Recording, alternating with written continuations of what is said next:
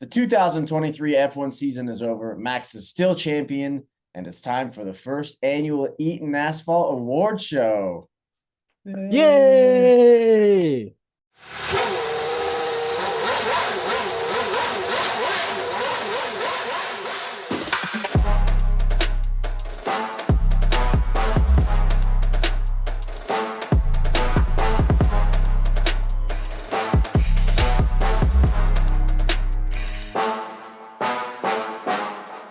Well, buddy, Abu Dhabi in the rear view means that we get to take a couple months off. How about it? Yeah, Abu Dhabi. Nice. Nailed it. Yeah, I worked on that for a couple of weeks. You nailed it. That's Worth it. good. Yeah. All right. Last episode of the season. We got our good, bad, ugly, our gambling paddock, our race recap, our race predictions recap, and our award show. Let's get right into it. I'm excited. Yeah, dude. All right. Good, bad, and ugly. Last one of this season. Marco, if it's all right with you, I would like to start off. Absolutely. Awesome. My good, I'm going to say Yuki Tsunoda. He's not made my good ever before, but after qualifying a P6, best of his career, finishing P8 in the last weekend of the season, it's tying his best finish of the season, 14 points in the last 5 weekends, which is more points. So more points in the last weekend, which is 4, than he got in the first 17 weekends of the season. So first 17 weekends, got 3 points. Last race of the season, 4 points, 14 points in the last 5 weekends. I think he's just heating up right now. He's on his way to that Red Bull seat. I guess, yeah. I mean, looking at this race alone, I could see this good. I've had him at, like, if we did a good, bad, and ugly for the entire season, he might be on my bad. Because, man, were there a lot of hype around him being like, we had Helmut Marko saying he's just a firecracker. He's so good. He's the real deal. A lot of hype about this and some like unfortunate finishes for him, but he showed good pace and just not great points. But yeah, the last couple of races, like you said, very congrats, and coming to the year 2024 is going to be the year of Yuki. Yeah, Yuki year. Okay. My bad, I'm going to say Mercedes wind tunnel time. So if you don't know, there's a direct correlation to where you place in the championship and how much wind tunnel time you get in the off season. More wind tunnel time means more knowledge that you can put forth to the development of the car, come back way faster. So Ferrari made the really smart move to let Mercedes take P2 in the championship so that they could have more wind tunnel time than Mercedes. So joke's on P2 Mercedes, right, Marco? Your comments? Yeah, dude. Less money, more wind tunnel. I think you got it's a weird balance you got to want to play. And I think third place is that perfect balance. Yeah. No, I think you're right. You guys nailed it. Yeah. Ferrari already has so much money. Who gives a and then my ugly is going to be Max Verstappen statistics. Now with another weekend of first place and fastest lap, getting him 26 points. Because of all the points he collected in the sprint race, he has averaged 26.1 points per weekend.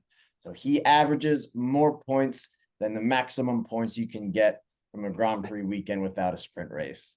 And that sucks. That was a bummer. I hate hearing that. I hate hearing that. Huh? Yeah. That's cool. There's a lot of Max this race and total year, like records broken, awards done. That was just like enough. We got it. No, F1, like all the F1 meme accounts were just absolutely going way too hard with it's just like, I get it. I get that he had a way better car than everybody else and he performed way better. You don't have to rub it into me that he doubled Sergio Perez's points and then some, that he doubled all of his pole positions and then some. So yeah, that was one of the most depressing statistics, but there were very many to pick from. Yeah, I actually have a couple in my good, bad, and ugly too. So wonderful. Well, go ahead. All right, my good is going to be actually young drivers. So as per usual, a lot of teams kind of wait until Abu Dhabi to have their second stint of rookie drivers that they are forced to take to the track. So in FP1, about half the grid was filled with rookies. A lot showed very impressive pace. one of the Red Bull rookies said that, he disagreed with the notion the car was made specifically around Max. It seems like a bit of a dig at Perez, I would say. Also had Toto saying that there are several rookie drivers that deserve a spot on the grid. There's just some blockage at the moment, as he was talking to Martin Brundle. That seemed like a dig to our boy Logan Sargent, maybe. But obviously, things that I love about Martin Brundle was never afraid to kind of stir the pot, being like, you must be really keen on Andretti on the grid, helping like get 2 more seats for these young drivers. Obviously, Toto's been just very vocal, probably one of the most vocal against Andretti joining the grid. And then all this excitement about these young drivers, we have 0 rookies next year. But it is good. If we need these young guys, they're ready to go. Yeah. We got no shortage of them. They're just not going to get a shot for a while. Just too much blockage. Yeah. Yeah. It's like me after Thanksgiving. Nice. Yeah. Yeah. Yeah. Jeez. All right. My bad is going to be Carlos Sainz. So not only tough, like you said, tough for Ferrari, not getting that P2, but Carlos Sainz dropped his poor race strategy. Awesome. Dropped him from 5th to 7th in the driver standings. So Lando and Charles passed him there. Yeah. Not the best. Yeah. Probably the worst guy. He actually was the worst result that you could have asked for if you were Carlos. He literally just kept dropping and didn't go up and went down. Yeah. And my ugly is going to be Max's domination on Perez. As you said, some fun stats. There's another fun stat pretty similar that after summer break, if Max didn't drive another race and all those points that he won and all those races he won were redistributed with Max out, he still would have won the entire championship. So he literally, when people were like, oh, he doesn't have to drive the second half of the season, literally didn't have to drive the second half of the season and still would have won the Drivers' Championship. He strikes me as a guy that would have been okay doing that. If you told him, he was like, hey, you're still going to be champion. Actually, I think there's a benefit to not doing it because don't you have to pay a certain number of you have to pay a certain amount based off how many points you score to renew your super license. And I think he had to pay like $1.5 million because he scored so many points. Oh, and then, yeah, I think like Logan Sargent had to pay like 10 grand. Like, no, they had to pay fair. Logan. Yeah. Are you staying in here? Here, buddy. You need all the help you can get. Also, a couple of fun stats. First driver to lead 1,000 laps in a season. As a matter of fact, he tied McLaren's 1988 famous domination season, but that was when you're combining both Prost and Senna's points combined. And he had 1,003 laps led by himself. And then also the only driver to complete every single lap in 2023. Oh, really? Mm-hmm.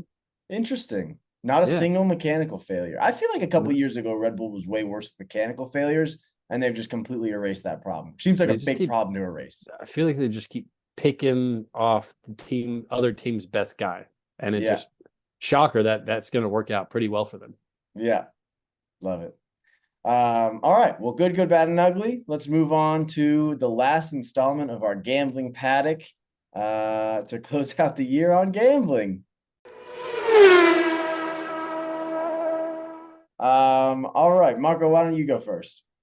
All right, finishing the year 2-0, just like Yuki, leaving hot. Mine was Sergio Perez to finish outside of the podium, -150. If he didn't bump into Lando Norris, I lose this bet. Thank you, Sergio. So 1 unit, -150. And then Charles to finish on the podium, +160, got that. So it went from pre-race $412 to $457. So a good $45 on the weekend. So you were barely down more than 3 units. 2 units. Yeah. 2 units. I still want to Lando Norris, dude. I'd be in the black if it wasn't for him. I finished the season the same way I've been performing most of the season. 1 and 3, only bet that I got right was Aston Martin, both to be in the points at +150. And so started the race at 358 because of 3 other bets that I lost. I'm down to 328. So not as hot, I would say, from the standpoint of performance, but a lot of grit, a lot of passion. You know, like a lot of learning that you had this year. I think you picked up a lot of knowledge. Yeah, like you shouldn't always just go for plus money. That's a big one that I figured out kind of like late in the season. Yeah, like you were, and the mindset is it's so boring. But sometimes, Max winning all the time is boring, but it's the winning part that is probably the thing you should focus on. Yeah, And you did work yeah, on that. You figured that out. You were close to running out of money, and you did turn it around. I did. Eh, That would have been really embarrassing. I want to look back and see like the lowest that I was at because I Yeah, feel like it was in the low 200s. yeah. And It was dark days. but turn it around. So congratulations, Marco, on winning the season. Gambling perspective, you deserved it. Back Thank at it you. next year.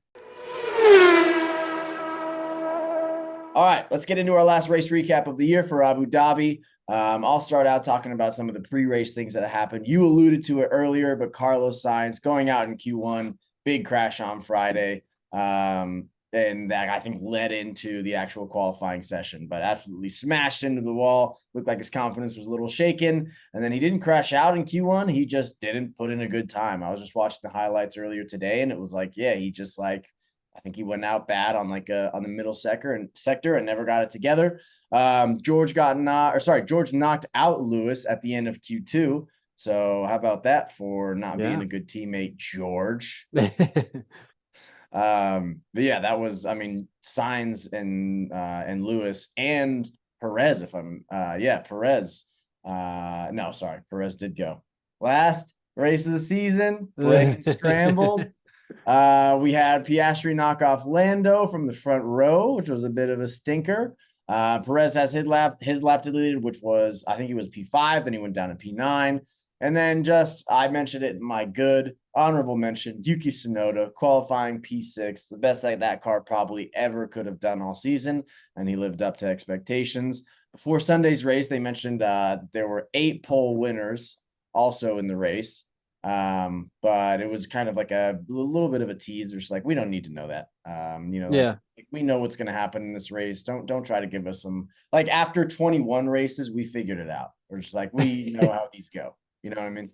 Yeah, it's just like, hey, you think this is it almost led to it's like we know what's gonna happen. And then when I heard that, I was like, oh, this is gonna be like really bad, probably. Yeah. Yeah. And it was. It was. Yeah.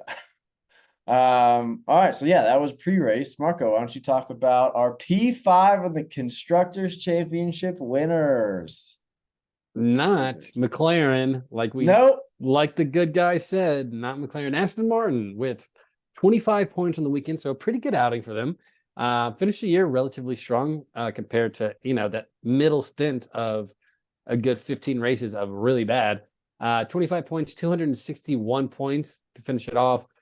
Fernando Alonso P4 to P3, Lance Stroll P3 to P5. Fernando halfway through the race was just saying like we are the slowest car on the straight by far. We're just really struggling out there. I think this was maybe exaggerating a little bit based off of, their quals finish and the race finish. I think they did a half decent job. Putting to this car into perspective as well, this is a much better job. And I think they were just wanting a little bit more. They wanted that 11-point gap that they saw, and they were trying to get to it. And obviously just were not there. And then obviously another funny spot, Fernando was accused by Lewis of brake testing him so he could get DRS. It was just like, again, they were just very slow. And then like we said, Lance, the last 5 races, I should have checked on this, but he had a very strong outing. So he's going into 2024 being like, I figured it all out. Lance and Yuki are like the guys who like do just enough at the end of the year. We're like, all right, You guys, bring you him gotta back. look at this. We're upward trend. That's all For he sure can. that arrow went really, really low at some point, but it's going up. Yeah. Don't ask me where you are. Tell me where you're going. You know what I'm saying? Yeah. That's the important part. Trajectory's good. Yeah. Lance and Yuki are, I mean, they are coming back. So we'll at least have them. Good for them. Yeah. Let's move on to our P4. Never a doubt that we would lose this P4. McLaren, 26 points on the weekend, 282 points on the season, which is about, I would say, 240 more than I anticipated the first couple of races of the season. Lando Norris starting P6, going up to P2. Oscar Piastri P10 down to P14. There was contact between Lando and Perez late in the race, Both of them blamed each other. Perez was ultimately given the penalty. And then Lando had a slow pit stop on lap 15. And then Russell got ahead leaving the pits. Seemed like a potential McLaren Mercedes collusion. Just because I don't like to admit that Mercedes does, or that McLaren does anything wrong. But yeah, overall, like we did what we had to. Lando getting that P2 just put any kind of hopes for Aston Martin out of like stealing the P4 from us at the end of the year. Oscar didn't necessarily help, but overall, man, for a guy who's just like a rookie, awesome season. I mean, getting as many points as he did, I think he might have had like one of the most points in McLaren rookie history, outside of the obvious. So yeah, man, overall good. Did what we had to do. I did convince myself kind of like mid late to the season that like we could make a run at Ferrari. That was never going to happen, in retrospect, but P4 is probably the highest. I mean, definitely the highest we could go, in my opinion, and we did it. So job done, mission accomplished. Yeah, I was going to say the morale in the first month to 2 months of the McLaren season compared to this, when we were seeing the pre-race that they were the slowest team on track. I mean, this got to feel good. Like you said, there's not much more you could have done with the hole that you guys gave yourself. It is probably very exciting as a McLaren fan to know that there's no way that we can do as bad to start a season as we did next year. We are going to be competing in that hopefully 1, 2, 3 spot. Yeah. I don't want to jinx it, but that's the hope, baby. Yeah. Right on hope. All right. Correction. Aston Martin, 280 points. McLaren, 302 points. It's very clear that it's the end of the season, and I am losing my patience and attention. Marco, why don't you talk about your P3 Ferrari boys? All right, I'm going to put an Adderall in. Let's get that attention back on track. Yeah. Ferrari, 26 points as well. It's kind of cool to see Ferrari, McLaren, Aston, 26 points, 26 points, 25 points. So everyone was kind of in the same ballpark, which is you like to see in the top 5 close races. Let's hopefully we get this every weekend. That would be cool. Maybe. Like I said, Ferrari, 26 points, 406 points on the year, 3rd place. Carlos Sainz, P16, like we said, very tough. Quals and crash in FP to a DNF. And then Charles Leclerc, P2 to P2, just putting the team on his back in the last couple races, doing everything he can. He came out of the gate pretty hot. The first 2 laps was pushing Max, made a couple moves trying to get in front of him. I just thought early on, this is not the battle that you're kind of going for. It's this Red Bull car, as we've seen, is way faster. It's Max there. Him getting in front for a little bit, putting all this like energy, all the ripping on these tires right off the bat, probably is not the best idea. Still didn't get past him. I didn't agree with that, but it is what it is. It in the long run probably didn't mean much, but I saw that and I was like, I love it, but let's chill out a little bit, guys. Didn't work. Carlos, on the other hand, this was just a head scratcher. So was waiting for a safety car halfway through the lap, through the rest of the race, being like, this is our last ditch effort. Hopefully this works out, that like we were basically just like praying to God that something big like a yellow or red comes. They're able to change their tires and he's back in the race. Didn't happen. And just had to do, did he end up pitting in the last lap or did he just say, I'm finishing it? I think he just like peaced out. He's just like, I'm just going to go. Okay. So that was cool. And then also just kind of going into the race, Ferrari had some comments saying like Carlos is going to do decisions to make himself, to help himself, not to make decisions for the team. I found that a kind of an odd thing to say. Even if that's true, don't be like, hey, he's not here to help Ferrari. He's here to help Carlos. Post race, hindsight, maybe leave those decision makings to others because it did not work at all. Yeah.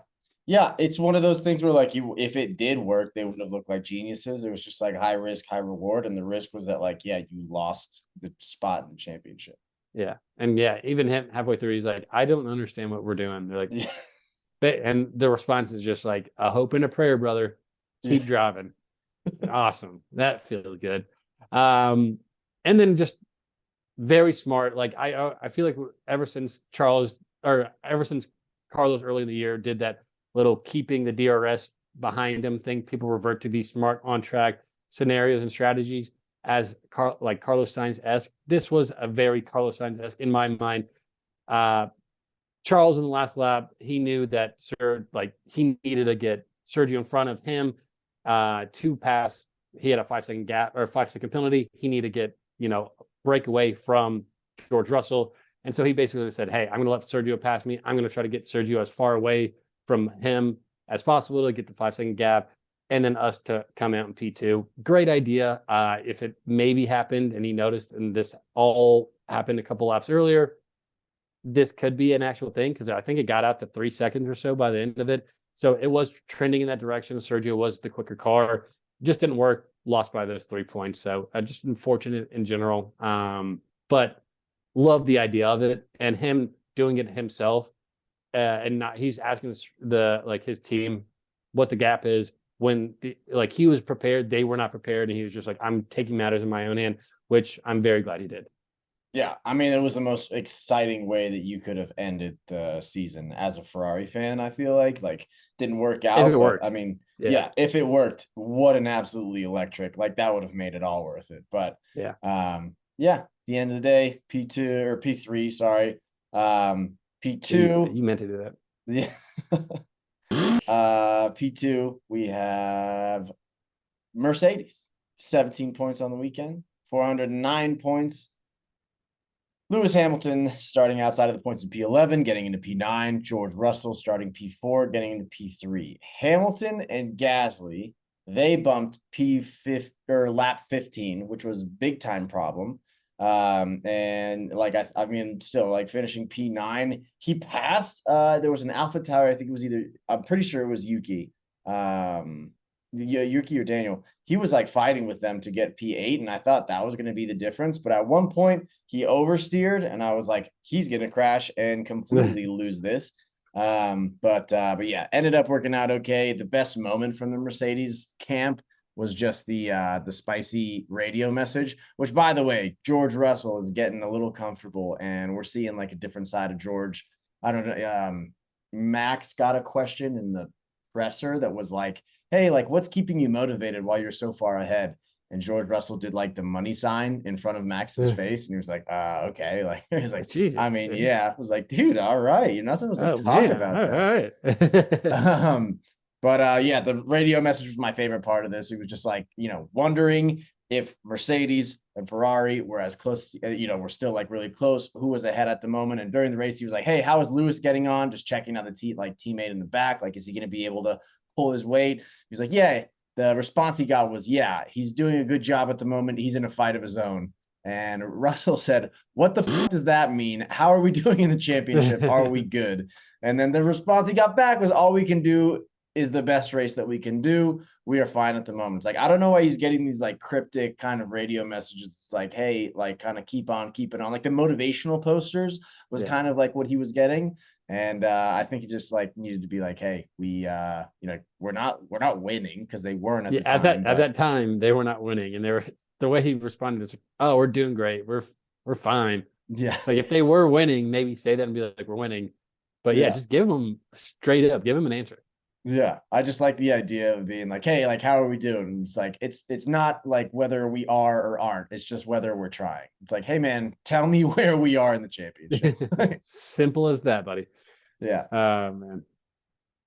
All right. Well, moving on to our P1, 40 points on the weekend, 860 points on the year. Verstappen, P1 to P1, Sergio, P9 up to P4.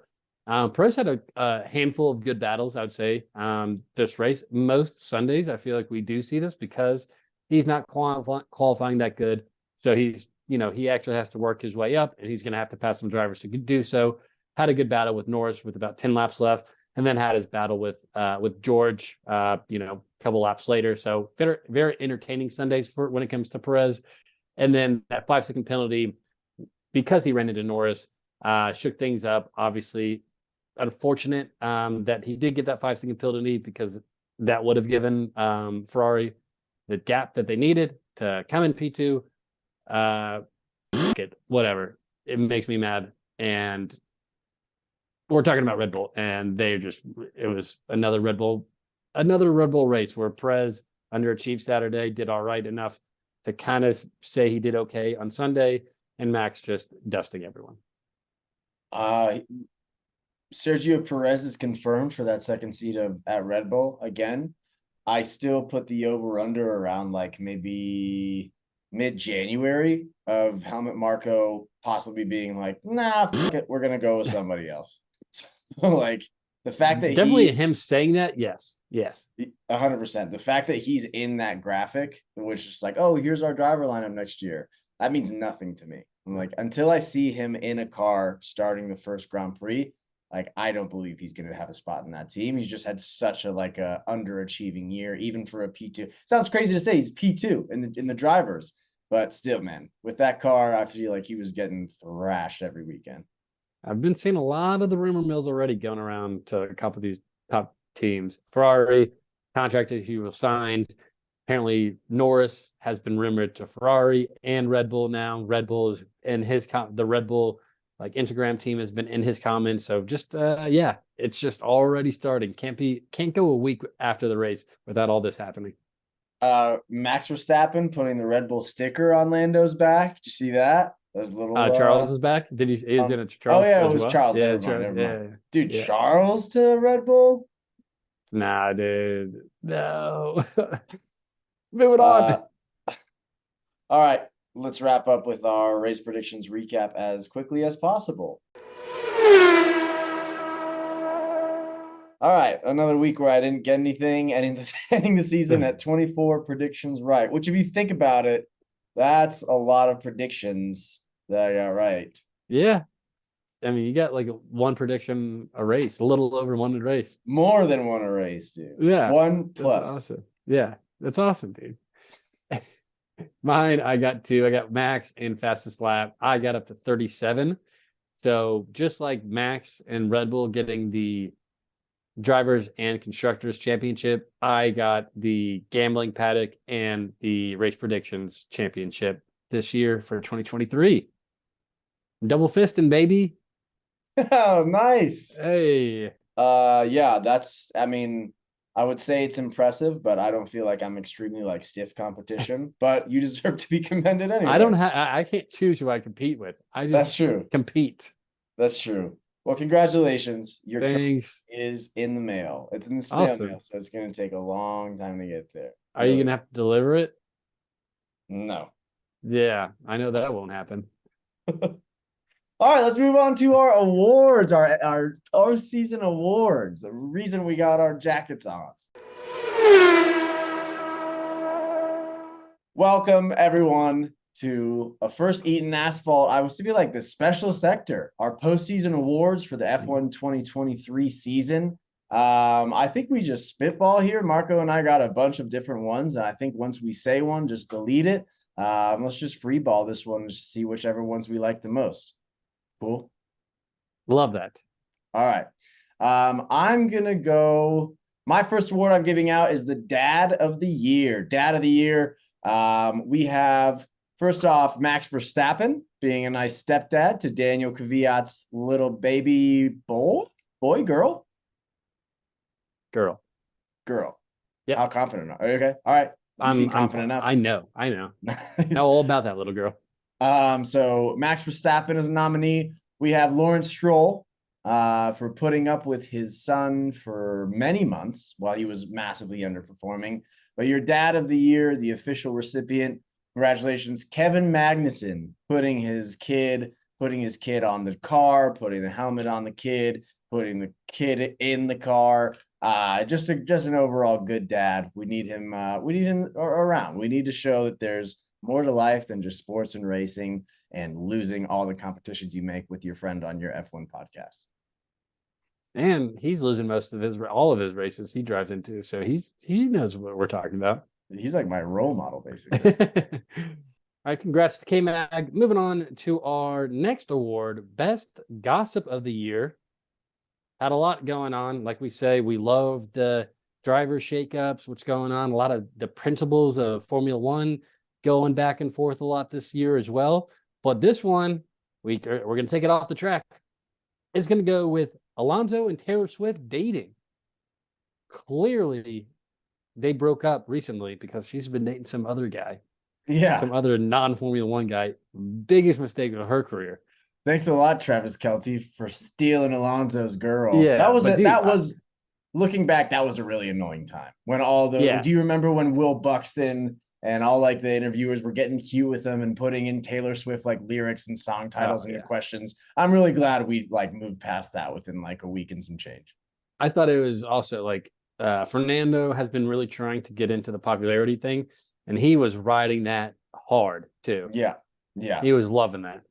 Yeah. Putting up the TikTok, like the Aston Martin social team. That's the best thing that could have happened to the Aston Martin social team. Like Taylor Swift is like rumored to be dating your driver. They probably started the rumor now that I'm thinking. I was going to say, like, I wanted to actually know if like, have you ever spoken? But no.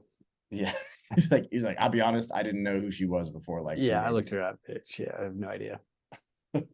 All right. I'm gonna start with this one. Worst crash of the year. It brings me no pleasure to give this out or watch the video of this Lance Stroll crash. As many times as I did, I would say maybe upwards of 15 times, just because I know you're not supposed to like crashes, but it was very fun. Just seeing the chaos, knowing that he's completely okay. Q1 of Singapore, Lance Stroll, definitely probably one of the most what's the word, like spectacular, like it's a spectacle. Yeah, spectacular crash. And also honorable mention, Stroll on his bike at the beginning of the year. Remember that? If I could get footage of him on that bike crash, yeah, I would pay a hefty dollar. That's like some of the stuff that you send me on Instagram all the time. I used to. I've changed. All right. Congrats to Lance on that one. Moving on to our most disappointing in quali. It is probably a person everyone can guess, Sergio Perez. That guy does not do well on Fridays/Saturdays. Yeah, but he does awesome on Sundays, which is where you want to make the money, baby. Yeah, he loves passing drivers and teams that are not nearly up to his competition. Yeah. It's like when you there's some kids I grew up with, I played soccer with, who were 17 years old, who were playing in the like 15 and under leagues. It was just hey, you shouldn't be there, but while you're there, you can really kick some ass. You got to feel so good. Yeah, they probably you're driving home by yourself while their moms are taking them. Yeah, idiots. Dude. They're sitting in the back seat because their older brother's in the front seat. Yeah. All right. Congratulations to Sergio, or I guess whatever the opposite of congratulations is. Speaking of the opposite of congratulations, we have the Destructors Championship, the Drivers Championship, the Constructors Championship, but the Destructors Championship, first place goes to Logan Sargent. Congratulations, our American boy. We never had a doubt. I mean, so much damage. I would love the multiple of how many millions of dollars of damage divided by his salary, because I can't be like 10x, can it? You think he's getting paid over $4 million or $400,000 a year? Yeah, I would think so. All right, I think so. He's got it, dude. I mean, he's too good. Congratulations! I mean, first award in the American Formula One, and as long as I can remember. Yeah, definitely as long as we've been alive. Yeah. All right. Up next is second half hero of the year. We have Oscar Piastri. He just had 5 points after 9 races, had just 5 points. 4 of those points coming into one race. So, we were talking about the 3 rookies. One got the boot around that same time. And then we had the other, and we're like, geez, all 3 rookies are terrible. Who's the team that's gonna like pick the right guy? And then right after that, he was off to the races. So like I said, 5 points after 9 races, finished with 97 points, 23 points ahead of Lance Stroll. So yeah, just put like on a straight taking. Was battling Lando multiple races in quals and on Sundays throughout the second half of the year. So really figured it out in that car and would be, like you said, with McLaren. Tough as a performance of the car, also tough dealing with that rookie. Both of those things seem to have been figured out. So, and Oscar Piastri, race winner this year. Don't forget that. Yes. Don't forget Winner. that. Sprint race winner. Yeah. Sprint Yeah. race winner. Yeah, exactly. All right. Well, congratulations, Oscar. We're excited to have you back next year. The next award we have, the Bad Sportsman of the Year. Lando breaking Max's $45,000 trophy after the Hungarian Grand Prix. You can deal with defeat a lot of ways. Some people graciously spray champagne on the victor. Lando Norris breaks a $45,000 trophy. In his defense, it's like a Fabergé egg. Like you didn't need to have that trophy in the first place. But congratulations, Lando. $45,000 down the drain. I don't think Max could care less about that. It looked like he was laughing while it happened, and just a hilarious thing to have happened. Where I looked back and I was like, "Oh yeah, Lando broke that trophy." Yeah. They definitely didn't care. And then like the Hungarians were like, that's really fucked up. And then like Red Bull was like, hey, like apologize and make sure that you didn't think it was funny. Yeah. And they did. And then they tried to like then bring more PR into that. So I guess smart way to do that. Moving on to Death Track of the Year. This is a weird one. We got the Qatar Grand Prix due to its limits on tire stints, the heat and high-speed track led to multiple drivers getting medical help right after the race. Multiple drivers passing out during the race. Ocon puking, Sargent having to retire, and then drivers passing out either right after the race or during turns due to the high G-force. So it was just a complete disaster. Obviously, it's going to be fine now because this is moved to December, so it's going to be a lot cooler. I'm sure this is fixed. It's not a big deal anymore. No problems that we even need to look into at this point, right, Qatar? It's not going to continuously keep getting hotter year after year, right? No, it's not. I'm pretty sure I read something where it's just like actually the opposite. So yeah, it's great. Smart on them. Next up, our Most Forgetful Podium Award. This is going to go to Esteban Ocon in Monaco. Completely forgot that he got that podium in Monaco. If you were to ask me how many podiums does Esteban Ocon get this year, the answer is 0. He got it in Monaco, so good for him. Yep, I mean, you put that in there, and I was like, "There's no way. I don't think that happened." Congrats to Alpine and Ocon, the only award that they're gonna get in this award ceremony. I can tell you right now. Best/worst track walk moment. This was kind of recent as well. There is always a lot of cringy things, but I just have to reflect back, rewatch the interview that old Marty Brundle had with Machine Gun Kelly. It has to be the worst one. It was the most uncomfortable thing. And Machine Gun Kelly tried to blame his like awkwardness, and he was on something, whether he knows it or not. Many drugs. He probably didn't know it. Maybe he did. Maybe he didn't know it, and that's why he's like, "Oh, it's just my anxiety." It's like, "Hey, buddy, there was a lot of things outside of your anxiety that was causing this."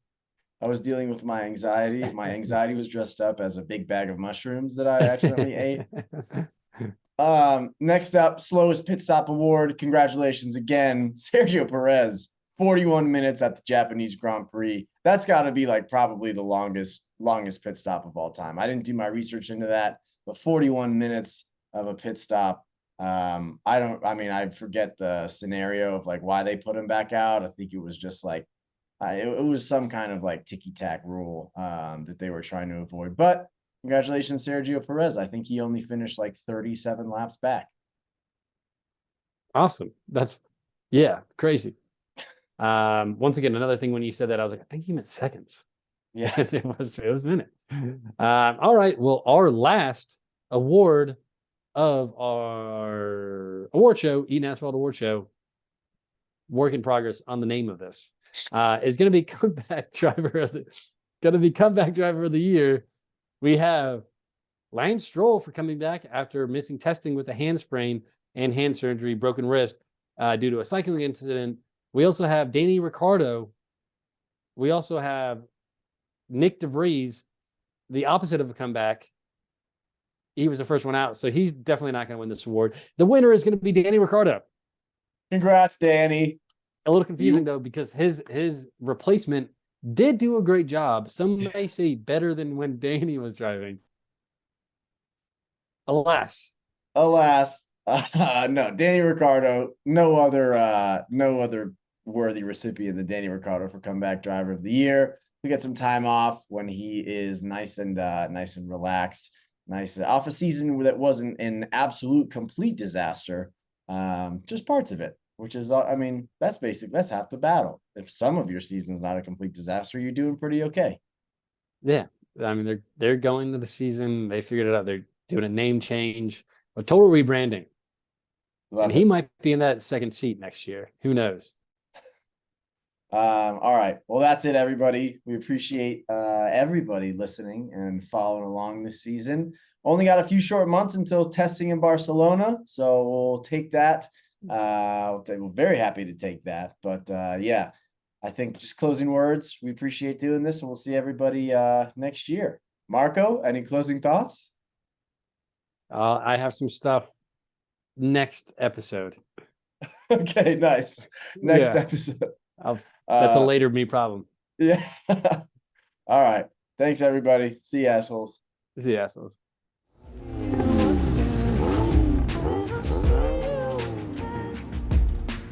Hey, thought you could leave without saying goodbye.